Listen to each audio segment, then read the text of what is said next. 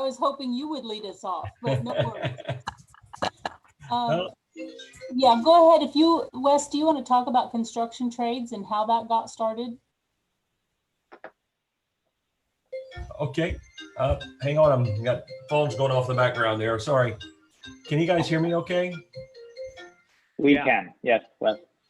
Okay. So, so I'm actually a part of a team that our advisory committee that's been working with Salem with people who have actually, went to high school there and grew up. So recognizing that there was a real need for the community there with the jobs that were leaving the community and the businesses, we founded a couple things, a foundation, and we also founded a program within the high school. And let me talk about that.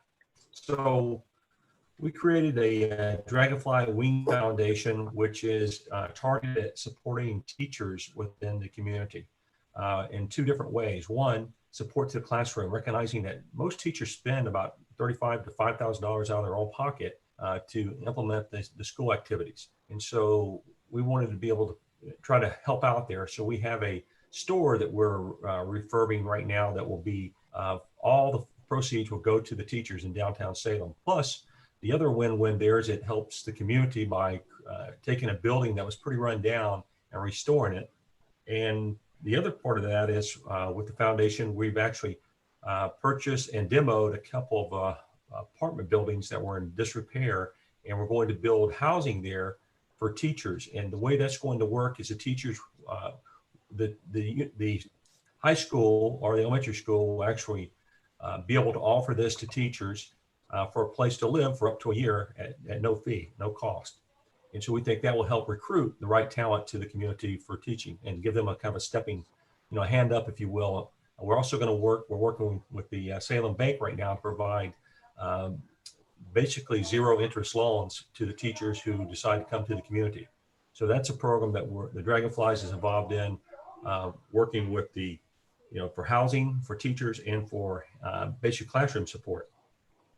The other side of that is about 2 years ago, we helped start the construction trades, working with Sally and the team there. We created construction trades in the high school, recognizing that, college is not for everyone, and kids can actually have a very good career by learning construction trades. There's a great shortage within our nation, within our state, within our region. So the construction trades program started out with 24 kids the first year. Last year we had 72. We actually had guys and girls, and we actually had some kids get jobs in St. Louis working with the union or in the area, upwards of $25 an hour, which was just, phenomenal for the kids. And we had a kid who, real good news story, the kid, unfortunately in the community there's a lot of drugs, meth. We have a lot of parents who are involved in that. This kid was living in a car, and he went to the state finals and won a competition for construction trades out of this little town of Salem, Missouri. And it's such a good news story. He's now working in the construction trades field and has a great career. So, that's the other thing that the community got behind and raised money. And we did that all from volunteers in the community, and the spirit of the community was phenomenal to get behind that. We had people donate everything from, the electrician store there to a hardware store, to people who donated the Carhartt jackets for their letter jackets, to the tools. We had another company that made trailers. They donated the tools trailer. And so we raised in all total about $500,000 for the construction trades program, hired a teacher, and we're hiring another teacher right now for that program. So it's been a really success story there, how that worked out. And we recognized them at the homecoming, at the football game, construction trades teams. So made it kind of like a sport, got them excited. And then the other thing we're involved in is I'm involved in the Missouri Cybersecurity Center of Excellence out of Springfield. So it's a nonprofit that's working with the universities, MSU and Mizzou. And last year we sponsored the first high school cybersecurity capture the flag competition. And we had 450 high schools in the state, boiled it down to 10. And Salem High School actually participated for the first time. They've never had a technology program in the school at all. Typically in rural schools around this region, or at least in Salem and the area I know about, technology is PowerPoint, Word, and Excel. And that's what we're graduating. High school, kids are really not prepared if they want to go into the technology field. So we're trying to change that. So last year we retooled our teacher at the high school, who's a business teacher. She actually went to SBU with a grant from the state and learned how to do some cybersecurity with reach back to SBU. And with the MCCWE, we actually taught her first class of cybersecurity last year as she competed in the competition. They didn't do very well, just to be upfront. Lee Summit won it, which is a very more mature school up in the Kansas City area. But it was great to get the kids involved in that. And so we're continuing that, and we're continuing that also we've added a software engineering aspect to the class as well. So she's teaching cybersecurity and software engineering. So we hope that in the years to come, we'll be graduating kids from Salem, Missouri that have those skill sets. And we've teamed with SBU because SBU has a campus there in Salem to take advantage of that. And so some professors are doing distance learning and combination of teacher. So those are the three things: the Dragonfly, the construction trades, and the MCCOE that we've been working with the city, with Sally, with a lot of the businesses in the town to try to get everyone excited about it. Any questions on that? Sally, did I miss anything or anything you want to add? I don't think you missed anything. I do want to tie in though, these grow sessions, we've really been talking about housing here recently. And so the construction trades program that Wes helped get started, and they actually got this started a little before my time in Salem, also has a component where these students are hands-on. They have been going out, and I know they've worked on building decks. They've worked on a few housing remodels. So they're actually working on some of the housing issues and addressing some of the basic rehab things. Do you have more detail on that, Wes? You're more involved on that than I am. Yeah, sure. Yeah, sure enough.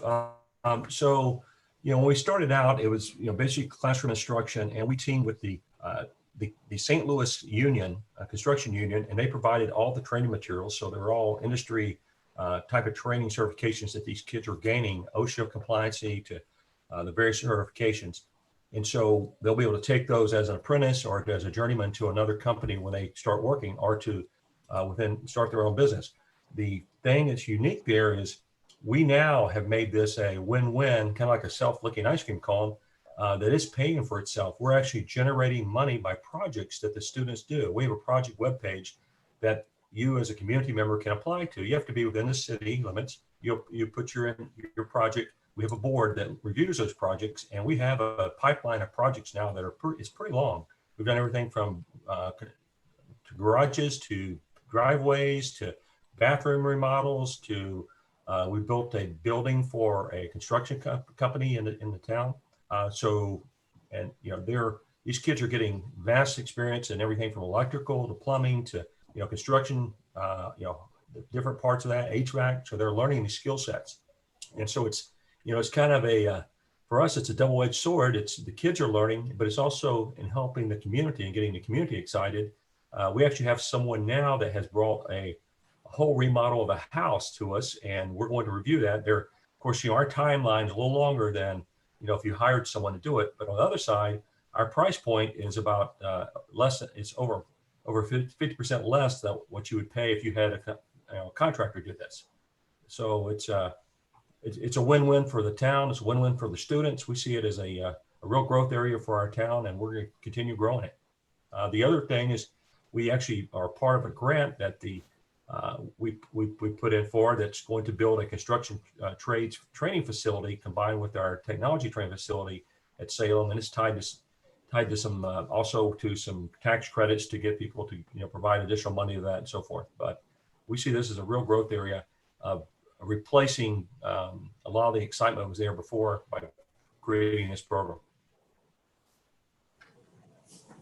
On the teacher community, what you were talking about as far as having the actual like a store for the proceeds that goes towards the teachers. What kind of things would you sell in the store and that sort of thing? We do kind of have a need for that. Right, the store is not up and running right now, but it will be up and running next year. It's actually construction trades is actually remodeling the store. So with COVID, it kind of slowed us down. But we're expecting by fall to have that store up and running. It is going to have in it, working with the business part of the school, we're going to have some entrepreneurship inside the store that's going to actually do business there. We're also going to sell, they have a soda fountain that they're going to put in there, and then they have quilts that have been made by the local community. They have a quilting guild that's going to be selling quilts there, things of those, crafts and trades type of items that are made in the community. Okay. And the old, we think the old fashioned soda fountain, which was actually found in the basement, is going, and someone's reworking that right now. So they'll be set up in the store as well. So coffee, a soda fountain, kind of crafts trade. We anticipate there'll be a guild in there that can build that out. Thank you. This is Brian, and first of all, I just want to say, Wes, it shows the importance of having a community champion, and your leadership and generosity and creativity, I think, is amazing. And I know it takes a lot of folks, but you're such a great champion. The other thing I would add is I love that model of entrepreneurship, teaching students that in St. James, there's a coffee shop. The only coffee shop is run by students. We've given them a couple of grants, and it is the coffee shop hangout of St. James. And then they run the recycling there. So there's just some great ways to benefit the community, like they're doing in Salem. Provide a service, a much needed service, but also that great training for the students, and also gives them an opportunity to come back. And I know Salem's worked hard on that, is to build a pathway out to go to higher ed, but also a pathway back in to say, we'd really like to have you back.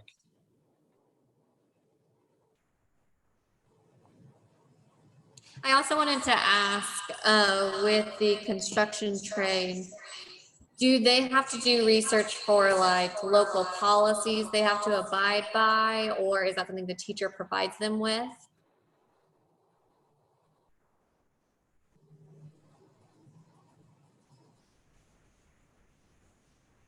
Wes, do you have an answer to that? We can't hear you. There we go. Can you hear me now? Yes. So yes, that is part of the course. They do have a part of that where they actually go through how do you apply for a permit, what are the zoning codes, and so forth, so that they learn it the industry way, the right way, and that's very important. Of course, in Salem, you don't have as many codes as you would have in a larger city, but still the process they do teach in that.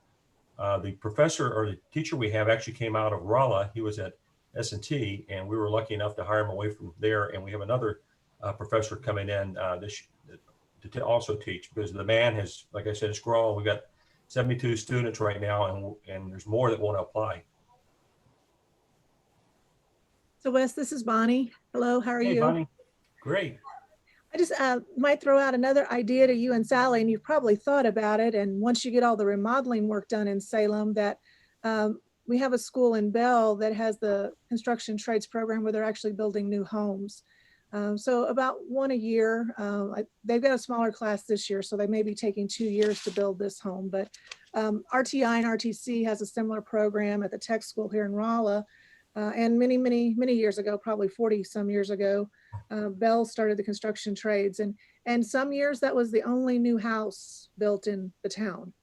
So it has had a tremendous impact. And as we talk about housing here with the GROW group, I think you've got a wonderful opportunity there as well. And if you've got that many kids, you might be able to diversify to those that want to be in the remodeling business and those that want to do new construction. But it's an idea. It does pray for itself as well. They, a couple of ways. They sometimes they build a house, and if they don't have a buyer immediately, then it's sold at auction with basically the instructor cost, what it costs of the teacher factored into that. Other times it's someone that wants them to build a house, and so they negotiate that cost, what is it on top of the building materials and that sort of thing, so that the instructor's salary is covered. And so a great program. And I think Salem could do something very similar too. And That's once great. you get that remodeling done.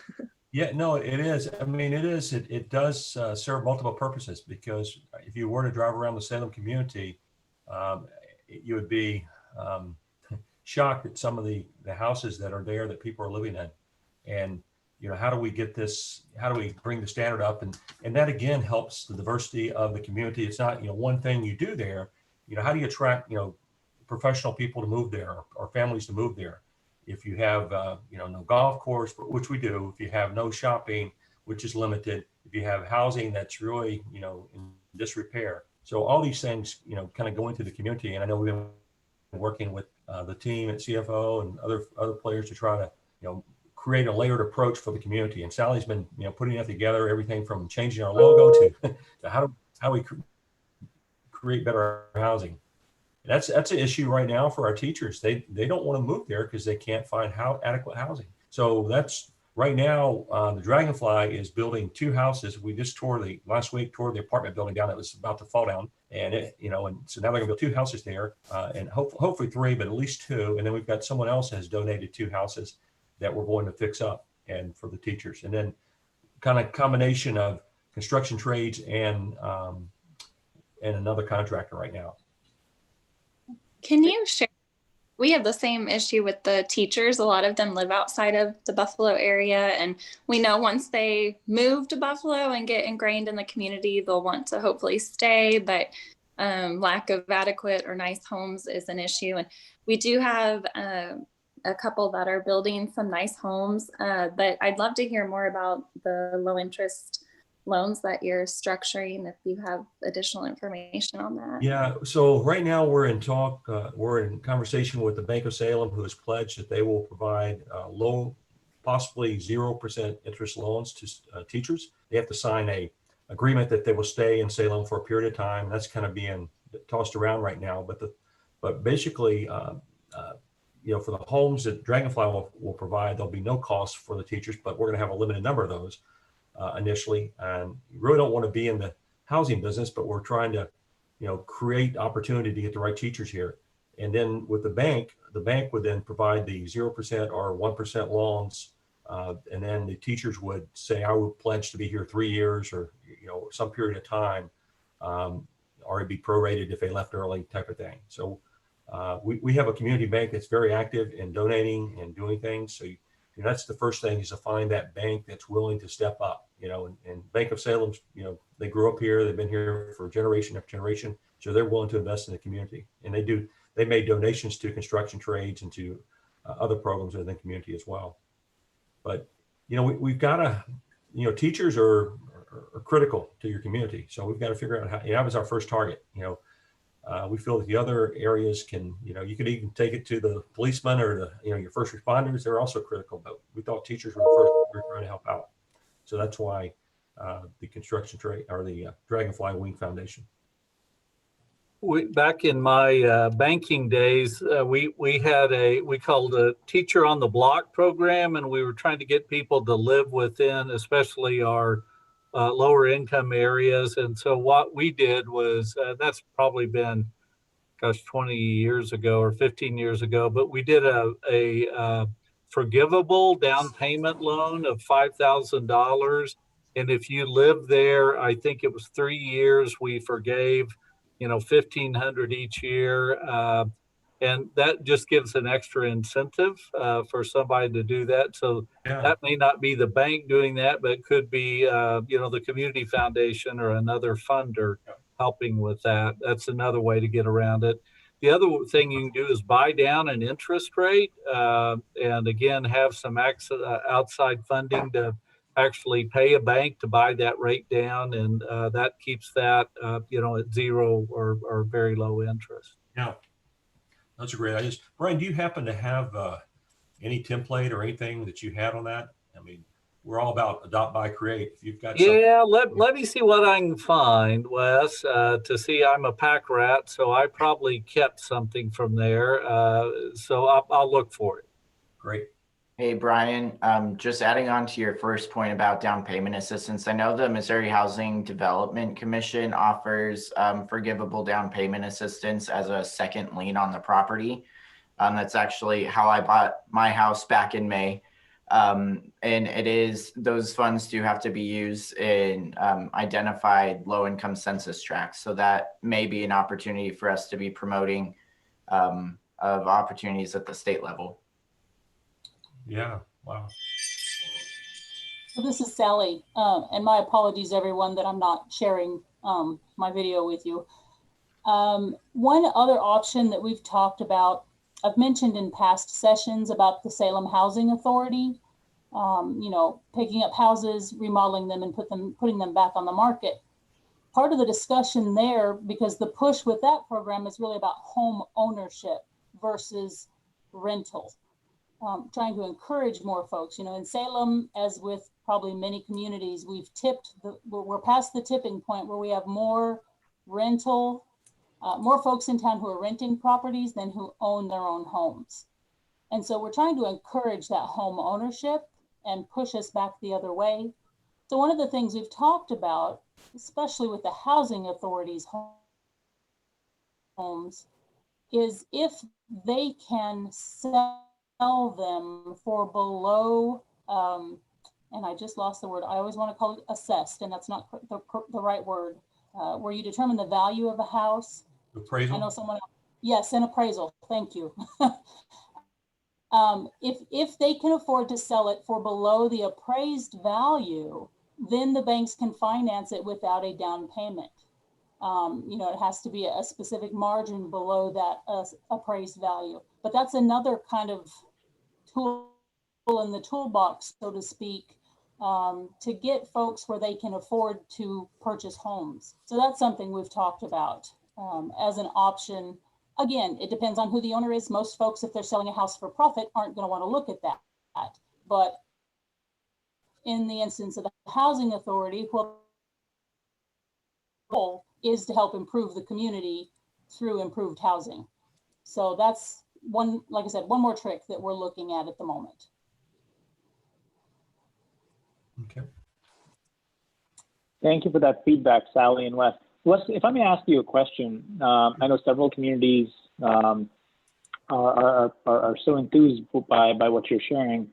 Can you provide some guidance on how do you begin these discussions? Where does a community begin to put the pieces in place as you look at the wins you've had, what's worked, what's been a challenge? If you had to redo it again in Salem from ground zero, where would you begin? How would you set it up? That may help the communities think about what their journeys could look like.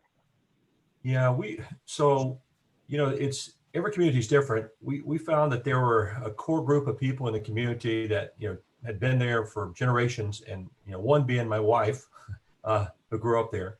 So we basically went to some of those folks and pitched some concepts of how we could help out and what we could do to get involved. We actually live in Springfield, but my wife's from Salem. And so, getting those folks behind it was really key.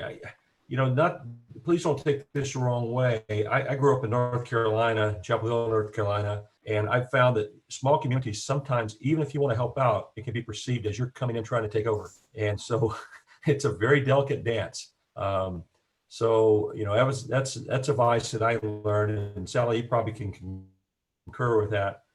You've got to basically finesse and find the right people to take the message. And so we plugged into our principal and folks like Sally and a couple other folks within the community that were leaders, and got them on board and got them to help socialize it. Because, great idea can come in, but oddly enough, in a small community, people may not want to get on board. They they look at it differently. So that would be advice that I would tell you if you want to make change. It's sometimes you've got to figure out the right way to make that change with the help of people within the community. Once we got that support, it was amazing that the number of people that wanted to get behind it and support it. I mean, there was an excitement in the air, because they haven't had a lot of exciting things in a while. Salem had lead mines, had a couple of factories that made lingerie and shoes. All that's gone. It's a really tough area for kids. There's no excitement, no careers. What do? They leave the community because there's nothing there for them. So by construction trades, by technology, we're trying to get the kids to understand that they can have great careers, live in Salem. A technology job right now, everyone's working remote, so they could be living anywhere. With construction trades, there's some similar aspects here too. There's a lot of work out there if they're quality and they have the right training. So my advice would be that, find the right leaders and make it their idea. I would, Yeah, go ahead, Wes, thank you. Go ahead, Sally, sorry. oh no, I would agree with that. You know, being relatively new to the Salem community, you know, as of this week, I've been there 2 years. So, you know, yes, absolutely. Do the hard work, promote the ideas, but find your community champions and, you know, really let them have some ownership and run with it, because otherwise you're just an outsider telling someone what they should be doing. So, yeah. Sure. Sally, I would just add to that. I had an experience just last week. There is, in growing up in a small community, there is this mentality that everything's been taken from us. Yes. And it's a scarcity mentality. So when you come in with an idea, there's this skepticism that you're here to take something else from me. And again, it's the hardest thing, but we have to turn that around to an abundance mentality that we can help grow and build and all of that. But boy, folks are just reluctant to let go of anything they've got that might turn around and be an investment for the future. So that's a hard one to address. Yeah, you're absolutely right, Brian. Any other questions for Sally or Wes? And I would also throw a kudos to Marty Anderson, who's the principal at the high school in Salem, is just an incredible leader. And if it's okay with you, Wes, and you, Sally, what I wouldn't mind doing is maybe inviting Marty to our next conversation. Obviously, you know, he's so far in the details that he may be able to provide us some good tricks, tools, and templates that the other community members could utilize. Absolutely. Yeah, I think he's a good champion. Yep. Any other questions? This is Ron. Hey, Ron. This is Ron Cratley. What Wes described and Sally described are the exact same problems that we have in the small town of Herman as well. Any template of any sort that Wes might have or Sally might have, I would think would be great to share with us. When they start talking about the schools, I got excited about bringing this idea to the superintendent about trying to attract teachers by having some kind of housing included and so forth. So it's a great concept, and I think we could spread it, to tell you the truth. So. Yeah, you know, so many times you talk about, you know, you hear about, you know, the haves and have-nots. I mean, rural Missouri are the have-nots, and I don't think anyone recognizes it but us. You know, around America, they think it's all the inner cities and everything, but it's really rural America, rural Missouri. We're really the have-nots.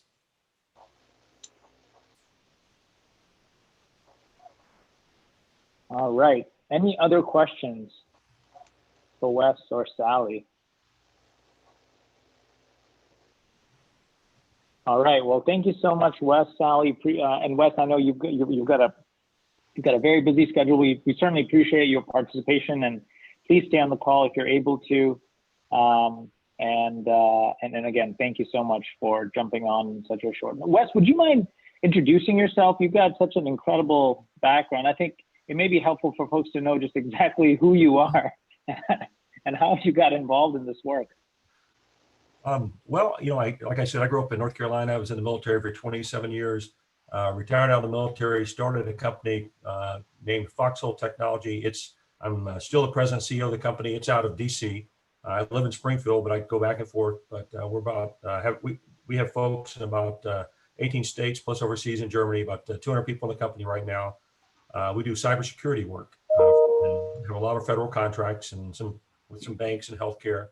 And then we stood up a Missouri Cybersecurity Center of Excellence with the governor about 3 years ago, and it's actually located in the Jordan Valley Innovation Center. If you're familiar with that, on the MSU, it's campus under the Innovation Fund. And so we stood that up, and that's actually working with kids to get them hands-on experience with cybersecurity, getting them certified and training. And then from that, my wife stood up the Dragonfly Foundation in Salem. That's actually the one supporting the teachers. And we actually got involved in construction trades by talking, you know, to the school and Marty and trying to figure out what we could do to bring value to the community. So those are the things we're involved in. We very much believe in giving it back and paying it forward. And it's people like you and us that really want to get involved and make a difference in this country. I mean, the government's not going to do it. We're going to have to do it, and we're going to have to get involved. And so that's my passion right now, is to try to make a difference and get kids excited and make a difference in their life. I mean, someone reached down to me and said, hey, I want to mentor you. And I hope that happens with us. We can do that. Excellent. Thank you, Wes. Appreciate your time today. All right. Thank you. Nice meeting everyone. Take care. Okay, why don't we go around the room and just, if you can, each one of you can share what's the latest development going on in your community. And I'm just going to I'm going to call on you, and I see everyone's names are listed in certain order. And Renessa, it just happens that you're in the top left window of my screen, and you've got some interesting things that you've launched already in Ash Grove. Would you mind sharing with the team here what you're thinking about, what you're doing, and how are things going in Ash Grove? Sure. We are actually, hold on, let me turn that down a little bit. Okay. No, we're starting what should I call it? Kind of like the Ash Grove Restoration Council. Now that is what Mayor Triplett with Sircoxie had started in, Sircoxie, and it's this kind of revitalization project. And so we have definitely decided to go ahead, and we have about 13 people on board to get that going. And we've had our first meeting, and everybody's excited about it. And we're moving forward with that. I recently got put in charge of helping with the Christmas stuff for the town, and so we're kind of utilizing some of the growth stuff for that as well too. But a lot of the things that we were talking about, or we were talking about on this call, is stuff that we have taken notes on to just really, I think, follow up on and really kind of take and do something with here. We just need some good, champion type of people to be a part of everything and kind of help get us to where we need to get going. So Renessa, you had a kickoff meeting, I believe it was last week or 2 weeks ago. Is that right, with 13 individuals? Yes, we did. It was about 2 weeks ago. So we're getting ready to schedule our next Zoom meeting with that. And there was 2 pastors of churches, several business owners, the chief of police, several, really vested people in the community that's going to be a part of this group, and hopefully we can get things going. We definitely need it. Great. Is there anything specific where you need assistance and guidance, where others can be thinking about Ash Grove, if they run into any specific conversations? No, not that I can think of. I don't think, not at this point anyways. Okay. Sadie, anything else you want to add to Renessa's story in Ash Grove?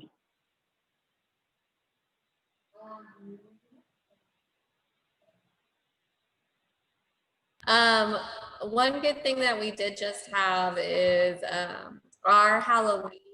We ended up having kind of a crazy turnout, more than our town really has ever had before. And it was because a lot of key members in the community kind of separately all decided to do things, and then together it came together to be honestly really a cool experience. And I think it showed the town kind of what we're capable of, because we haven't done something like that in a really, really long time. And so the turnout alone really impressed people. What we did collectively as a group really impressed people. So I think just having that as a starting point going forward, people are really going to want to start getting involved more because of just that one event we had. Great. Thanks, Sadie. All right, next, Holly, you're on the window next. So how are you doing? How are you guys thinking about housing? I'm good. So I feel like we continue to sort of go through the same conversations, but the good thing is that it has highlighted the need. And so some individuals here, they it's Hales Fireworks, but they have formed like a construction company. They bought up a whole bunch of vacant lots that have sat for years, that are connected to one of the nicer neighborhoods in town. And so they are starting construction on some new homes because they realized that we have a need for that. So I'm interested in the banking, because the support from local banks, because they're a little higher than they should be, which is great, but I would love to see them maybe they were a little higher than what I thought might come in or be palatable for people, but they're optimistic. So I think they're going to be sort of the build to suit that we had talked about, different levels of finishings and maybe 3 different plans that people could choose from, but they're building a few of I think 2 of them, concrete has been poured. And so, that's exciting. That's some new homes that we haven't seen in our community for a long time. So I'll be interested, if there's some finance options that I could maybe talk to the superintendent. And we have several community banks. We have a new bank coming to town, BTC Bank out of Bethany. And so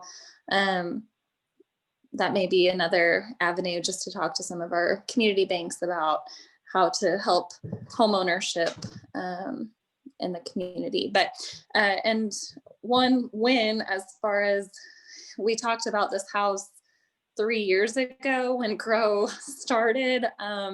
It's a very visible home. It was awful. It was a rental. It was one of those like, oh my goodness, if this house could come down, that would be huge. And it is. And that turns out there was no indoor plumbing, like awful conditions. People were living there, like horrific. So it's dirt now, and hopefully we can maybe build, a nice home in its place. And so I think the city is working through that list. It's taken a while, things take a while, but those conversations started when we kicked Grow off, and we are ticking down the list of some of those properties, and the city is being very proactive about that. So usually when a structure comes down, it's not that great, but in this case, we were happy to see it go, and hopefully something better and nicer in its place that someone can be proud to call home. So I feel like good things happening overall, but also with the construction of our tech center, we have a construction trade school, and just getting that new tech center there on campus. There's steel coming out of the ground for that structure, for that new tech center. And so that's exciting to think about, that construction trade school there and how it will now hopefully have the ability to really flourish. So anyway, mostly good things Very to cool. report. But also Thanks, just Holly. like Grove and some other communities that are just starting those conversations. I mean, it is a process, but just starting them and having your mayor feel like they are supported in those efforts. That was the biggest thing for our mayor, was he didn't want to be seen as the horrible guy tearing down, homes and all. But whenever he saw that the business community and really community at large was supportive of them, there's codes for a reason. We want our town to look nice. I think they have felt empowered to now, go through that process. So. Very cool. Thanks, Holly. Dwayne, how are you, sir? How's Marshfield? Well, we're still in the I would say planning and strategy sessions. We had our first community-wide meeting last week, and I'll throw kudos out there to Brandon. He was one of my speakers and did a great job. But we've got a series of meetings coming up over the next few months to get us ready for our new interchange to open, which is we're having a grand opening on December 7th. And And we've got a lot of interest from the property owners around there about future development opportunities. And so getting back to these meetings that we had our first one, our community-wide meeting, had about 20 people that were at the meeting in person. We had another half a dozen that were online. And it touched, and we touched all different areas. We had our chamber, we had our industrial development authority, we had real estate, we had bankers, community leaders across the whole city that participated, including the city council and a lot of the grow boards. But our first meeting was about the different development finance options that are out there. As you know, we got a shortage of housing, residential housing right now. Anything that goes on the market right now is usually under contract within 24 to 48 hours. And so if we probably had another 50 or 60 houses, that would be really great. But so we had, a gentleman by the name of Matt Webster in town from the Kansas City area, talking about tax increment financing, community improvement districts, neighborhood improvement districts, all these things that might hopefully bridge the gap between land for housing and getting them under construction. And that's going to be our first, meeting. We also talked about the different federal programs are out there, and Brandon covered those areas for us.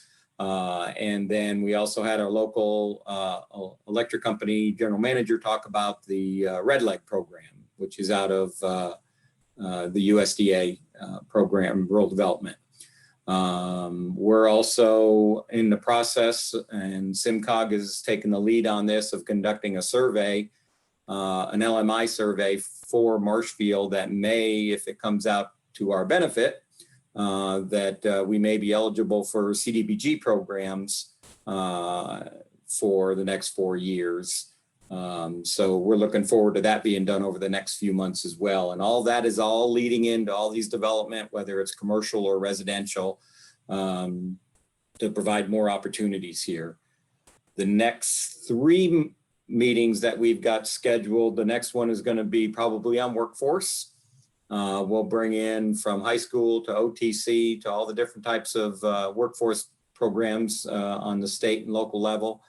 We're hoping that I can get this done within the next month or so, because our 2 expansions that we've had this year, even with COVID and everything else, they're still having trouble finding workers. And so these, we're looking at probably upwards of 150 to 200 new jobs over the next 3 years. And we're hoping to be able to develop that pipeline to fill those.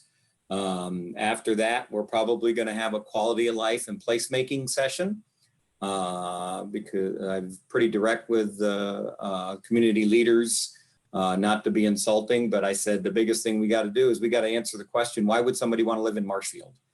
And addressing all those issues and balancing it with the housing shortage, hopefully we can start filling those gaps with the workforce.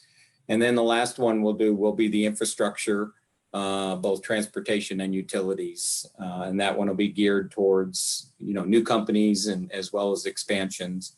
And then hopefully we'll take all that information, put it together into a marketing program for new business recruitment. We'll partner with the state, both the Missouri Partnership and DED, and hopefully, start being able to compete for some of these projects that are looking at Missouri for potential locations.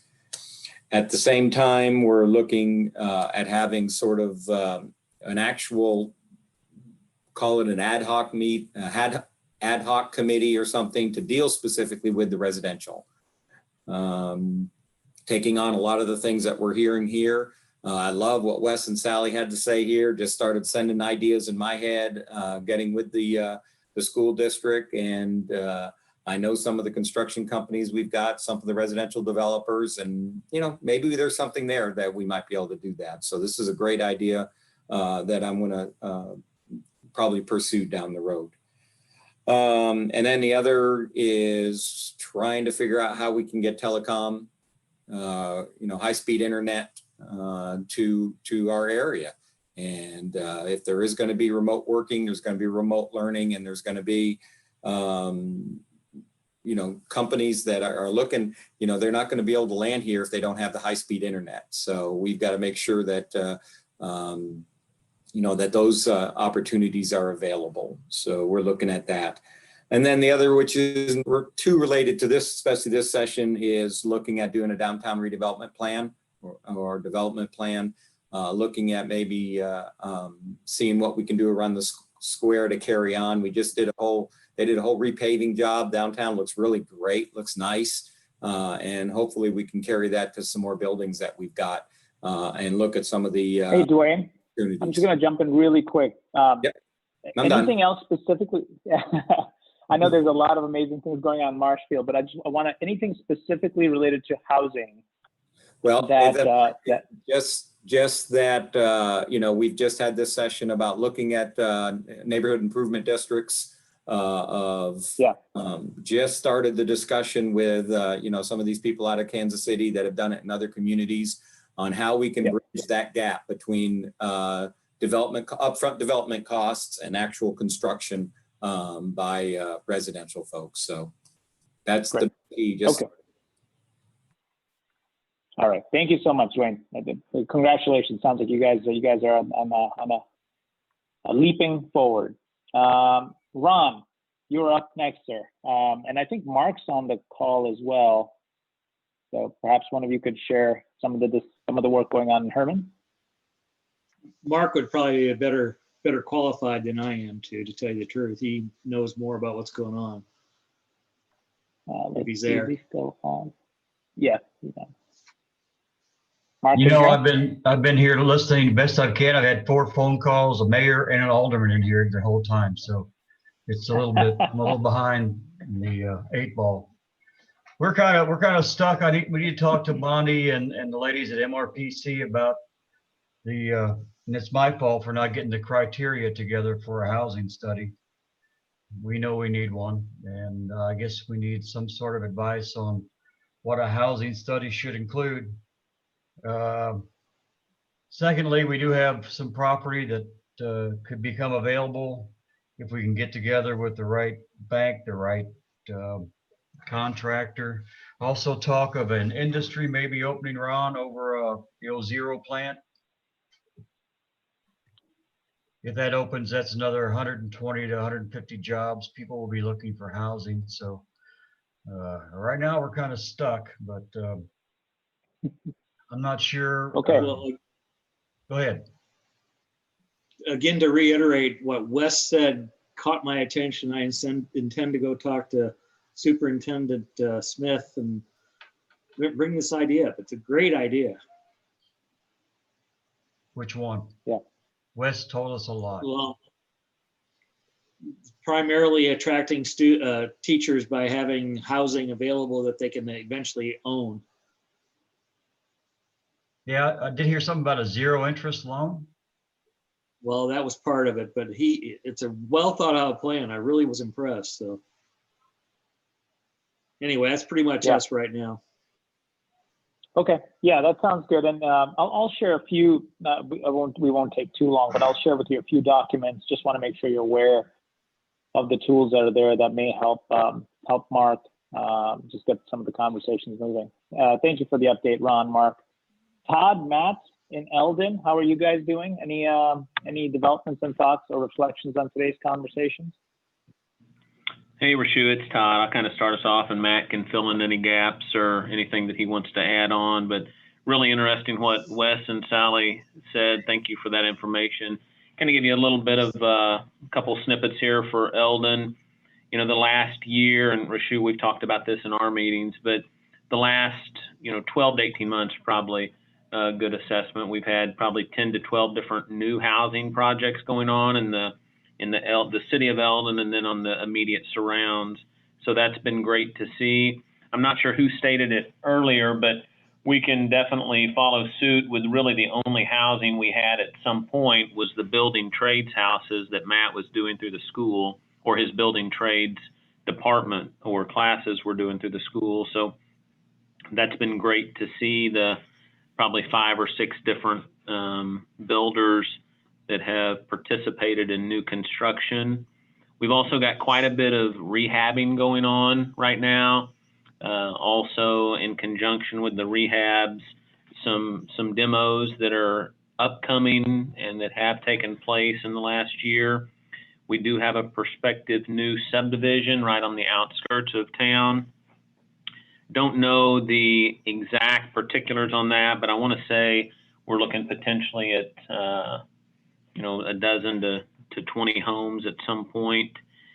Just had a conversation this morning talking about inventory levels, and our inventory levels have been really dampered the last, again, 12 to 18 months or maybe even a couple years. The market's been really good here.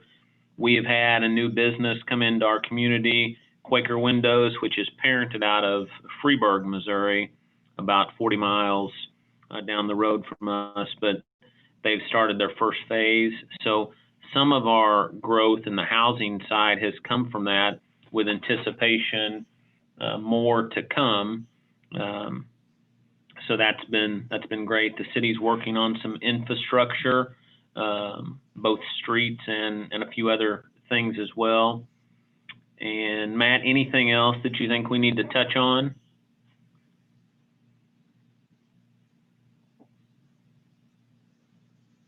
Matt, you're muted just in case you're speaking. Oh, Matt is muted. Matt, you're muted there, or he may have got tied up. Yeah.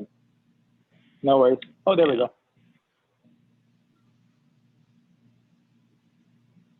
Go ahead, Matt. Yeah, no, we're good. I think Todd covered it really well. As far as with the building trades program, one thing we had success at our school is we tried to find where we could build 5 or 6 houses instead of just random houses throughout the area. People really saw the development take place and the kids building it. And so that was one thing we liked, is really changing the status of an area, of building nice houses in an area. So if you do have a class where you're teaching it, if you could get 5 or 6 lots in one area, we found that to be successful for us. Thanks, Matt. Thanks, Todd. And Matt and Todd are both in Eldon, and Matt's the superintendent at the schools, and just he's a lightning rod of just incredible ideas and leadership. So if anyone has questions or thoughts, there's a lot of knowledge there that I think a lot of communities can benefit from. I believe those are all the communities. So if we can shift to the Council of Government Leaders just for a moment. Bonnie, any developments or thoughts on your side that are worth highlighting for the various communities? I did share through the chat. Federal Home Loan Bank of Des Moines has a Home Start program that can help with down payment assistance and closing costs. The bank has to be a member of the Federal Home Loan Bank and have the Home Start program. So that's October 1, they just made $2 million available on a first come, first served basis. So that might be an opportunity along with what MHDC offers. Very cool. Thank you, Bonnie. Brandon, anything from SimCog? Yeah, I'll run through these pretty quickly. It's been a bit more on the back burner lately with all of the grant applications that we've had coming through. But we're continuing to try and identify funding sources for a regional housing needs assessment. We've got about 10 communities that would like to participate in that. And we're hoping that by letting them all out under one bid, it would help reduce the cost per community. But it could still be a pretty significant cost, especially for some of our more rural communities. So we're looking for a way to supplement that. We have seen other regional planning commissions have some limited success in receiving grants through CDBG and a couple other sources for housing needs assessments, but they've mostly been through disaster related grants. And so they have to have a tie back to flooding and low to moderate income households. So they don't necessarily fit the bill for what we're looking to do in our region, but we continue to talk with USDA and EDA and try and figure out a way to at least partially fund those projects. Additionally, we've been looking at just financing opportunities generally for development in the region, whether it's housing related or otherwise. And just a few things that I wanted to run through really quickly, and I'd be happy to talk with anybody about it afterwards. The first notable one is that most regional planning commissions in the state have revolving loan funds that we're able to offer at either prime or subprime interest rates and take a second lien behind the bank for those lending programs. So definitely be talking those up with developers to provide a lower cost alternative for financing some of their projects. Additionally, building up those relationships with banks we're finding is increasingly important. We have a regional group that meet to discuss CRA, the Community Reinvestment Act compliance for all of the banks within the region. Most of their coordinators get together and talk about what they're doing to ensure that their branch is remaining compliant with those requirements. And it's something that I've not seen take hold here, but I did see whenever I was living out in Denver, banks that were significantly struggling to comply with their CRA requirements were actually offering lower interest loans in those areas that would help them meet that compliance. I don't know of any banks that are talking about that in our region, but it's something that we could consider exploring. And the last item that I really wanted to talk about, and I just stumbled upon this in state statutes, is the urban homesteading program. I don't believe anybody's talked about it previously, but it's under chapter 99.875 through 99.912 of state statutes. And it essentially authorizes cities to either vest power within an existing board or commission or create a separate one that is then able to issue a rehab or new construction loans for abandoned and vacant property in their city. They're able to finance those loans through a dedicated revenue bond based on the payback from the loans that they issue. So there'd be quite a bit of setup cost for it. So it may not be the best option for some of our very small communities, but something that I stumbled upon in state statutes and wanted to bring up. Very cool. Thank you, Brandon. That was there's a lot of technical details there. I mean, anyone have any questions for Brandon? Okay, thank you, Brandon. I'm sure I'll make sure that we send out your contact information just in case people have questions, they can reach out to you. All right, Linda, with Lake of the Ozarks Council of Government. Linda, any thoughts? Sure.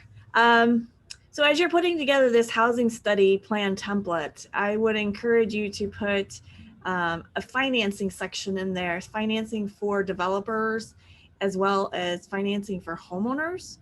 Because there's a lot of programs out there. It's just a matter of making sure that the people are aware of it. For example, USDA has a construction to perm, 100% financing. The USDA can also go up to 103% of the appraised value, so you can roll in all of your closing costs. Brandon talked about the down payment assistance. If you have a lot of properties that need rehabbing, FHA has a 203K program where you can do the rehab with funds. They will estimate what the costs are and loan you the amount that you need to do the rehab. So I think that having all those financing options in one spot would be really helpful for developers as well as potential homeowners. And to talk about the, there's a chapter 353, it's a tax abatement. I know the city of Lebanon is doing that for their housing program. So if you have blighted property and the city identifies it as blighted, you can abate the taxes for a considerable amount of time, depending on what the city wants to put forth. But if you have homeowners that are barely able to qualify for the mortgage, that tax abatement might be a tool that they can get into a home. And that's all I've got. Thank you. Thanks, Melinda. All right. Anyone else? Any other thoughts? Brian, Alice, anything from CFO? Anything else that you guys can think of would be helpful for the community to know about? Yeah, Rashid, just a couple of other programs, and I know Sir Coxey's done it in Buffalo, but similar programs. There's a program out of Texas called Hearts and Hammers, and it's just like a 1 day, 2 day, where you get volunteers and you go to especially senior houses that, you know, have deteriorated and they're on a fixed income. And the idea is just to fix up homes on a volunteer basis, and they get people to donate that. And down in Dallas and some of the urban, they've done, you know, hundreds of homes in that program. The other one, and we're doing it here, it's called the Blue House Project. Rishu, you're probably familiar with that, with the Fairbanks and Drew Lewis Foundation, but it is a rent to own program where an entity, in this case, the Drew Lewis Foundation, owns it. They put new homeowners in there and they rent it, but the lease payment, most of it goes to a down payment.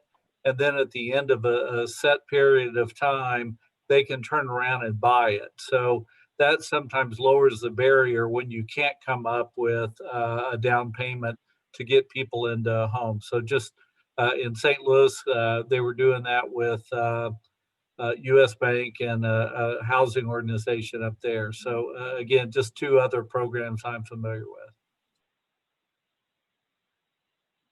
Thanks, Brian.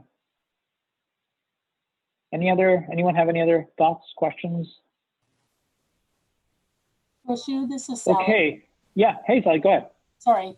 I just wanted to mention two things. So dovetailing on what Brian just mentioned on the Hearts and Hammers program, there is one that is started in, I think, Shannon County. They're trying to get a branch of it going here in Dent County called Love Thy Neighbor. And it's a similar program. It's volunteers. It's church-based, where they go and they identify homes, or you can nominate homes that need some help, and they assess it and then go do the work. Everywhere from new roofs to kind of whatever the individual needs. So that's one. Another thing I haven't heard mentioned here, and you do have to apply for it, and they sometimes run out of funds, but I posted it in the chat. There's a program that the state of Missouri has called the Neighborhood Preservation Act, and that name is misleading. It is for substantial remodel of homes or construction of new homes for owner occupancy. And you can apply for tax credits, and those credits can roll back for 3 years or forward for 5 years. So that's a pretty significant program. And I believe even developers can use it so long as the final goal is to have it owner occupied. So if they're going to build a house and sell it. So we've started promoting, kind of pushing, trying to educate our community about that program here in Salem and Dent County. So I just wanted to share those two things. Sally, what's that second program called again? It's called the Neighborhood Preservation Act.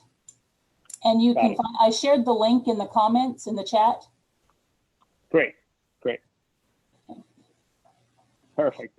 All right. Well, I'm going to spend about 10 minutes and quickly review with you some of the templates that we've sent to you. Obviously, one of the places that we've spent some time talking about is how can communities develop their own housing assessment. And I believe it was last time that Sally was sharing how there's some great content, information, knowledge out there that you can find to at least get started to understand generally what's going on in your community, how many housing units are there, what types of properties there are. So let me share with you really quick where we have some materials. Give me 1 second.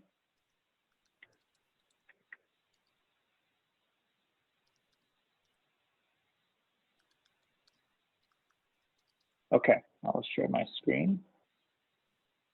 So all the materials I'm about to show you are in our Grow Nucleus platform. So if you go to Grow Nucleus, let me move this guy over a second. If you go to Tool Chest, under Our Vibrant Town, Housing folder, all the materials that we're referring to are sitting here. So I'm just going to pick a handful at a time and walk through it. So the first one is the housing planning document. So that is this document. Basically what we did is we looked at a variety of housing planning documents and tried to figure out what's some of the best pieces of information that was identified there. And so this is, think of it as a do-it-yourself, a DIY housing assessment. So if the group of local volunteers wanted to get together and said, enough is enough, we want to put together our own plan, we don't have funds to go hire a consultant, so we want to do it ourselves, hopefully you can use a template like this. Don't use it word for word, just think of it as a guide and feel free to modify it as you need. But a great place to start is just to look and see where there's some good data sources out there that you can tap into. So our step-by-step plan says, step one, create your local team. Make sure that you've got a team of folks that are thinking about this. Then a good place to start is the census has a great site where you can go in, you can type in the name of your communities. In this case, I just typed in Marshfield, and you can look and see how many households there are, what type of housing units there are, what does the occupancy look like, how many structures are there. So again, a good way just to put a number on it. Do we have 5 houses, 500, or 5,000? What's the number, and generally what's the makeup? So this is data source 1. That should be quite helpful. And so it identifies what are the types of information you can find at this particular site. There's another source called neighborhoodcount.com, which I believe is this. This is a great site for, in this case, I just punched in Buffalo MO, and I can look and see what's the home prices in the community, what do they look like. And by the way, this is all free data that's available to you. So if you want to just start to put together a basic picture of what your housing inventory looks like, homeowners versus renters, age of homes, types of houses that they're available there. So again, another slice of data that can be helpful in understanding what's going on in your community. There's this other button called demographics. I think this is very helpful too. So if you click on demographics, I'm just switched community now, we're looking at Eldon's data. We can see who lives in the community based on education, per capita income, median household income. And this household income is a really important data point, especially as you're looking to identify what types of housing needs to be built in the community. What's the price point? Generally, we see median household income in some of our rural communities hovering in the 30, 20, 40-ish range. I think the general rule of thumb tends to be 3x the household income is sort of where you want to benchmark your cost of a home. So again, not that this is perfect science, and the data on here is a little dated. Some of this comes from census, so the census data tends to lag anywhere from 12, 24 months. But again, it's a great place to just get some basic information for free to start to organize your information and thoughts. So that's that data source. That's hopefully helpful. And then another data point that's helpful is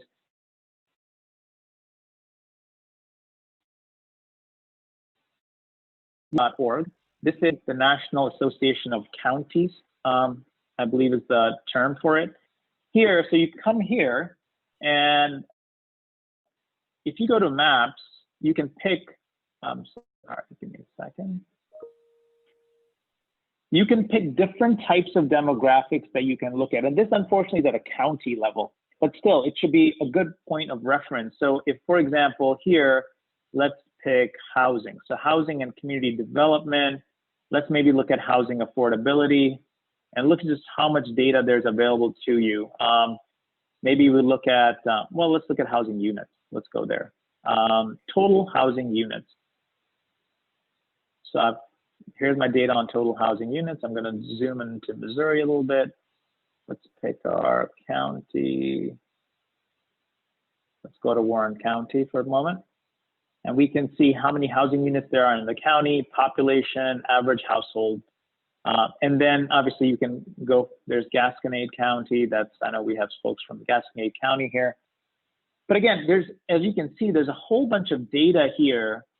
And generally in this GROW program, we like data a lot, because one of the things we find is when you're trying to bring communities together, Wes was mentioning, to get leaders together around a common idea, if people can see the data, then sometimes it helps people come to a common understanding of an issue. And then from there, hopefully you can start to think about problem solving together. So that's another great data point. And again, all this is in the template that you can evaluate further. And then we also mentioned, you can look at Zillow, Craigslist to see what current home listings look like. And again, I just went on Zillow really quick because I was like, okay, I just want to understand what's going on. So let's pick Eldon for a moment. So Eldon, I want to know what's going on in Eldon. So I see that every dot represents obviously a home that's for sale. Now some of the data may be slightly outdated, but again, it's a great way to go from a point of not having the basic context of what's going on in the community to start to say, okay, what's the price points of where these houses are at? How many units are for sale? And that can get, again, some alignment amongst the leaders. So this is the first document. There's also some templates on if you want to conduct a local survey with citizens or real estate agents to understand what their perspectives are. There's some good templates there. And then I believe the other item here is a windshield survey. So a windshield survey is when a handful of local individuals can come together and basically drive in the community and do firsthand data gathering.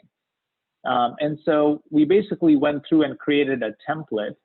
So here's what the template would look like. A person will basically print this out and mark up.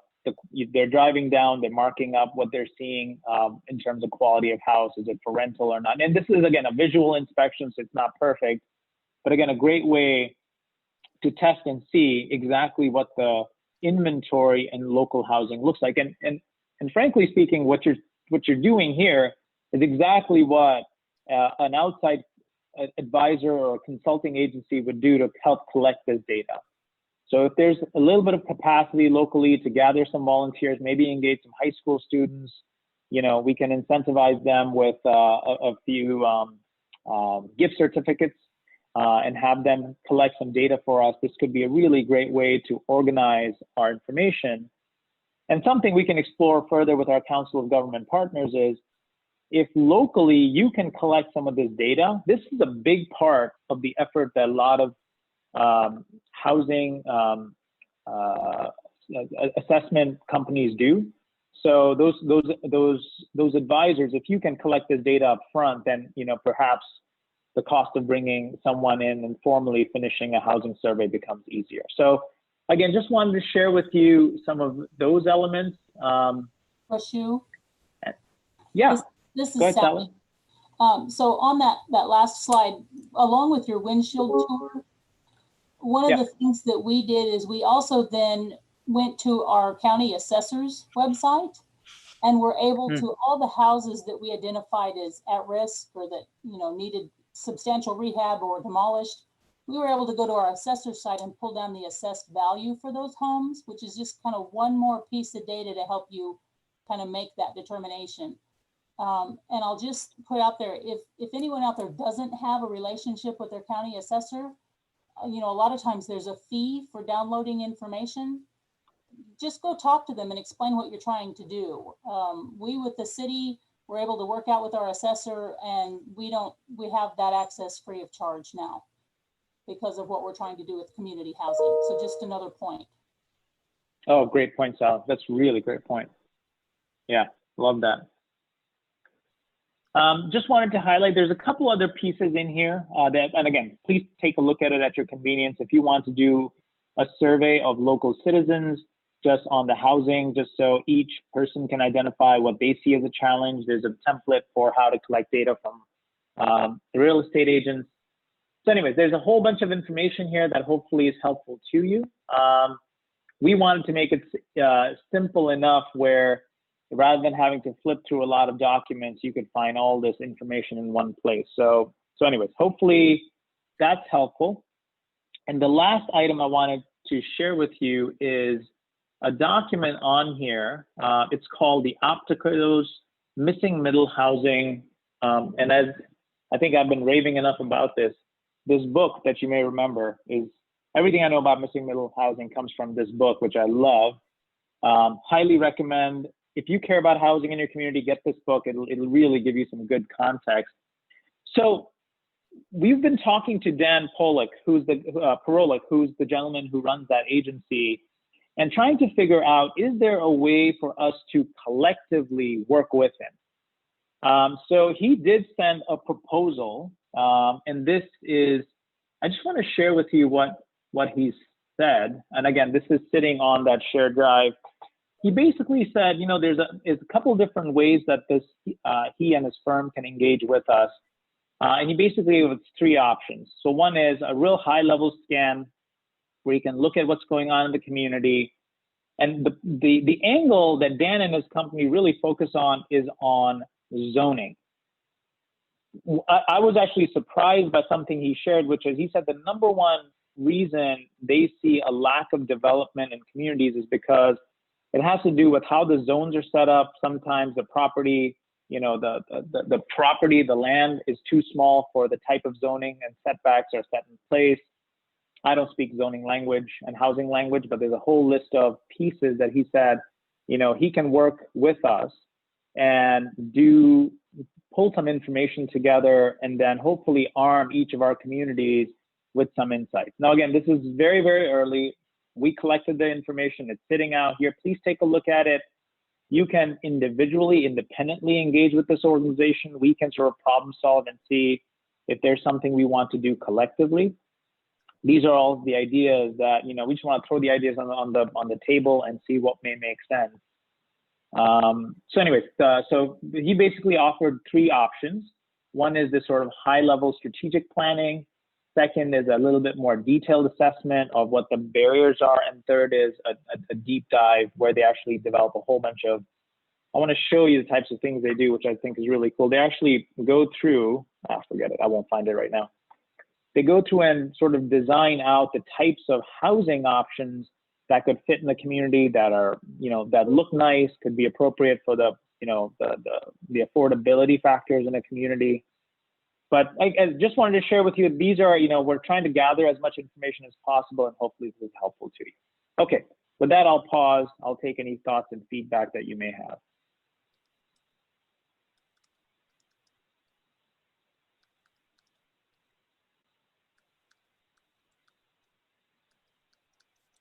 As you're thinking, any thoughts on, I hope this conversation was helpful. I know it's generally when you start conversations like this, they sort of meander a little bit, and then we start to find a niche and a lane. We're in the meandering zone right now, and that's just how it goes. What are some items that you would like us to talk about at our next conversation? Is there a specific topic? I'm really hoping to invite this gentleman to come and speak to us. But anything else that would make sense, please throw your thoughts out there. Rishu, I mentioned earlier, we're dealing with this in Springfield, and one of the biggest gaps we have is patient capital, and that is the ability to, you know, redo homes with, you know, soft seconds or forgivable loans, or just to build and hold a property for a while. And that's a lot of, there are regional housing CDCs around other areas that are rural focused. And that's a goal here in Springfield, is to create housing CDC. St. Louis has a tremendous one called Beyond Housing. But, you know, you've got to have the right infrastructure, both physically, but also, you know, the right tools. And so much of what we talked about today is financing and capital and down payment assistance, et cetera. And that requires the infrastructure to be able to do that. Thanks, Brian. Yes, I know there's a lot of financing related conversations that I believe could be relevant, and maybe I will reach out to Brandon, Bonnie, and Linda to see if we can bring in some experts who can speak more to those topics. And anything else that would be helpful? Are there any grant opportunities around the corner? I believe there are some CDBG grant opportunities that I think may have just passed. Anything else that's going on the Council of Government front that the communities need to be aware of that we can set up a call around?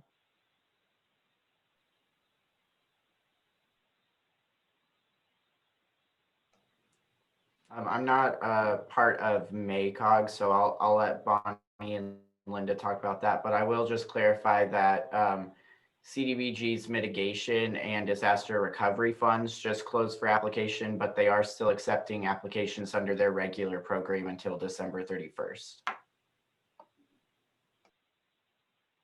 Nothing comes to mind right now, Rashu, around housing.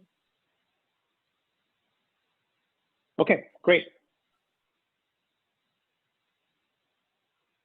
All right, well, we'll pause there. If you think of anything else, we'll keep racking our brain to see what other topics may be of relevance. If you think of anything else, please do let us know. More importantly, if you know of speakers who you think are from your community that may have interesting stories to share for others, hopefully if we're all sharing a little bit of nuggets, then collectively we're raising the tide here. Anyways, thank you, everyone. Hope you have a good day, and we will talk to you soon. Take care. Bye. Bye.